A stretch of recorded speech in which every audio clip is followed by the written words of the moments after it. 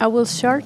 First of all, we are glad to have you again in Marrakech. I'm glad to be here. Last time you were president at the jury, and 3 years later you come back to receive this tribute. What's your feeling? That I'm old, and that now they can do things like the lifetime achievement thing. Yeah, it's very sad to me. No, I'm kidding. It's a huge honor. Of course it is. It means that the work mattered to somebody. I don't know, because you know, when you make a movie and it goes out there in the world, and you know, there's some people who tell you they like it. You think they're lying. Some people, they say they hate it, but you don't really get a sense. And the best that you can do is try to contribute a little bit. And so if people give you a nice prize or something, it means that the work matters to them. So that's nice. It's beautiful. You're going to present tonight your movie, Armageddon Time. It's maybe your personal movie you've ever made.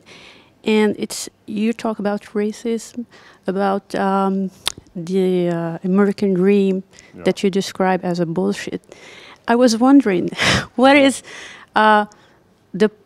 the autobiographic part in this film for you? It's very autobiographical. I've always tried to make the films personal. I mean, even if they're not autobiographical, it's not the same thing. I'm trying to do things that you care about in the work. But yeah, in this case, I just wanted to rediscover what it is I loved about cinema in the first place, and to try and make something as intimate and as grounded and as direct from my experience as I possibly could. You don't believe in the American dream anymore? No, I wouldn't put it that way. I think it's more complicated than that. I mean, I think every civilization that is any kind of success demands a kind of collective myth that it believes in. And the American dream is that. I think part of the reason for the stresses that are evident, particularly in American culture, but really around the world, is that that degree of social mobility is in question. But it's been in question really since around 1980. Capitalist forces, corporations have huge power, and I think that people are beginning to sense a lack of their chances to move up in the world.